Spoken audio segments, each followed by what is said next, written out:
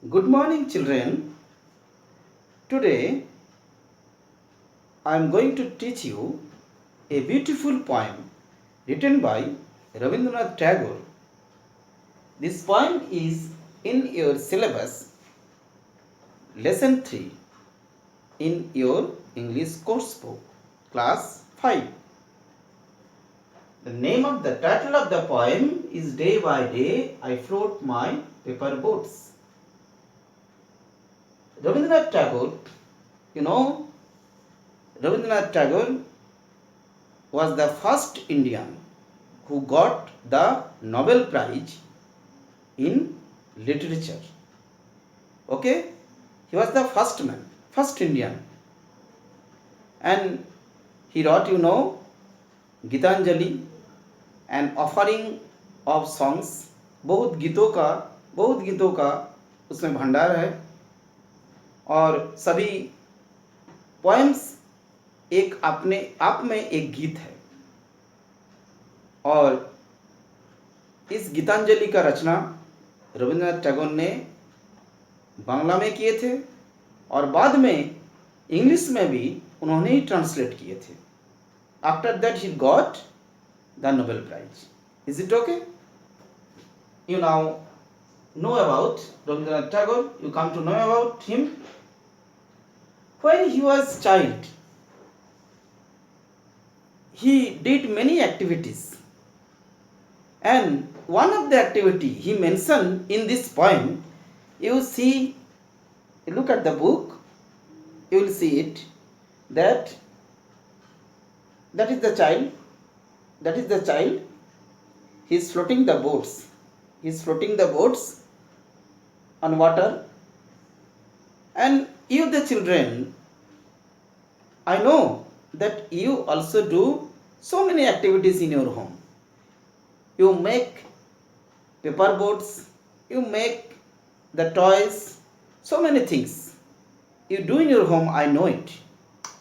In this poem, Rabindranath Tagore also mentioned his childish activity when he was a child, little child. There are some words, देखो कुछ words आपके लिए new होगा।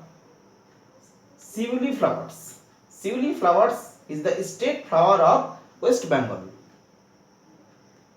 Waste Bengal का ये shiuli flower एक state flower है, ठीक है। और ये फ्लावर, इसका डंटी पिंक कलर का होता है और इसका पेटल्स व्हाइट कलर का होता है। और शिवली flowers often the flowers bloom in the month of September and October, just before the Durga Puja. And I think these flowers are very much found in West Bengal. You know, the Rabindranath Tagore was born in Bengal, and so he mentioned this flower's name as it is Sivili in Bengali. This word is common, and in Hindi it is called the Cephali flower also. Another word is, so many words are there, but some of the words I have written here. You see, dawn. Dawn means the time just before, the earliest time of the morning, just before the sunrise. सूर्य उदय से just पहले का जो भोर का समय होता है, जब आप लोग देखते होंगे सूर्योदय हो रहा है और चारों ओर थोड़ा थोड़ा डिम लाइट दिखाई देता है, हल्का हल्का रोशनी, इस समय को हम लोग डॉन बोलते हैं, Usha. Is it clear? The background of the poem I have already told you. Now the poem, line by line, I am telling you. See that. Day by day, I float my paper boats one by one down the running stream. Stream means छोटी सी नदी को stream कहता है। River जहाँ ज़्यादा mass of water body ज़्यादा हो, नदी हुआ, सागर, समुंदर, ये सभी को आप जानते हैं। उस तरह से स्ट्रीम जो होता है ये छोटी नदी को कहा जाता है। उस स्ट्रीम का पानी के बहाव के साथ रनिंग स्ट्रीम में एक छोटा सा बच्चा पेपर बोट्स, पेपर का नाव बना के, कागज का नाव बना के छोड़ते रहते थे, फ्लोट कराते थे, तैराते थे। इस पोएम का ए स्टार्टिंग है। In big block letters I write my name on them and the name of the village where I live. That is the first stanza. See that the poet, what did he do? He wrote his name, अपना नाम भी लिख देते थे, नाम लिखते थे बड़े बड़े अक्षरों में, ब्लॉक लेटर्स बड़े बड़े करके नाम लिखते थे, और गांव का भी नाम लिख देते थे। हो सके उनका नाम, ये बोट जब एक जगह से दूसरा जगह बहते बहते बहते कहीं ना कहीं जाके पहुंचेगा। कवि ने पहले ही कहा है, day by day I float, रोज दिन पर दिन, रोज उनका वो काम था, एक दिन नहीं। जैसे तुम लोग बरसात के समय में कागज का ऐसा बोट्स बना के पानी में छोड़ देते हो, कवि ने ऐसा नहीं करते हैं, रोज भेजते हैं, डे बाय डे, दिन पर दिन, और उस बोट्स में अपना नाम, अपना गांव का नाम लिखकर भेज देते थे। क्यों? आगे हम लोग पढ़ेंगे।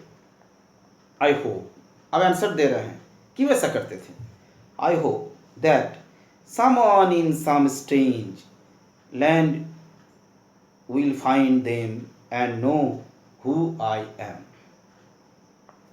एक छोटा सा बच्चा का मन में कितना इनोसेंसी होता है, कितना बचपना होता है, इस लाइन से हम लोगों को जानकारी होता है। देखो, वो बच्चा सोचता है मन में, कोई ना कहीं एक अजनबी जगह में वो नाव जरूर पहुंचेगी, और उस जगह में कोई इस बोट को उठाएंगे और उस बोट से मेरा नाम को याद करेंगे, मेरा गांव को याद करेंगे, और मुझे भी याद करेंगे। Again I am telling that a strange land will find them and know who I am. मैं कौन हूँ इसके बारे में जरूर पता चल करेंगे। जब वो बोट्स किन्हीं को मिलेगा तब वो पढ़ेंगे, रवि नाम है, ओ रवि नाम का कोई होगा। इस आशा में, इस होप में कवि ऐसा करते थे। Next, then I load my little boats with shiuli flowers from our garden. अपना बगान से, अपना गार्डन से, उसमें और क्या करते थे? That is a childish work. Every day's life in our homes also we find, we see, we watch such kind of activities of the children. He loaded some flowers, Sivli flowers, Sivli flowers को उस boat में रख देते थे, और क्योंकि boats खाली क्यों जाएगा, उस नाव में फूल भी जाएगा, ये सोचते थे। भले ही ये पोएम एक बच्चा का है, लेकिन आप देखो उसका मन में कितना इच्छा है। I load my little boats with sivilly flowers from our garden and hope. क्यों? उसका आंसर भी दे रहे हैं, and hope, आशा करता हूँ। वो जो जिस समय लिखे थे उस समय में वो बोले, जब मैं आशा करता हूँ, and hope that these blooms of the dawn will be carried safely to land in the night. ये फ्लावर्स जो भोर में मुझे मिला, ये सेफली फ्लावर्स का ऐसा है, ये फ्लावर्स रात में ब्लूम होता है, रात में खिलता है, और भोर के समय में जमीन पर गिर जाता है। और कवि कह रहा है ये तो रात का फूल है। इस रात का फूल शिवली फ्लावर्स को उन्होंने नाव पर रख दिया। ये नाव कहीं ना कहीं तो पहुंचेगा और उसके बाद of the dawn will be carried, भोर भोर में किन्हीं को जरूर मिलेगा इस फ्लावर्स को। और to land in the night, भोर के समय में जो फ्लावर्स बगान से उन्होंने खोज के ले आए, उठा के ले आए, उस फ्लावर्स को बोट में लोड कर दिए, बोट में रख दिए और वो फ्लावर्स कहीं ना कहीं बोट के साथ कहीं पहुंचेगा और किसी को ज़रूर मिलेगा। ये उनका मन का एक बहुत बड़ा आशा है। So that the children, I think you enjoy the poem and you will read again and again. This is very beautiful poem. That is your activity, daily activities poem. So I hope that you have understood the poem very well. Bye.